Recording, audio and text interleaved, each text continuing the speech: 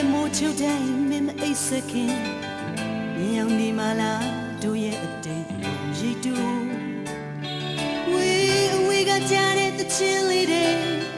မင်းအတွေ့တဲ့မင်းအသေးလေးတွေထာဝစဉ်နေထိုင်ခွင့်ပြုခွင့်ဒါဆိုပုံမှန်အချိန်မှန်တည်ရမယ်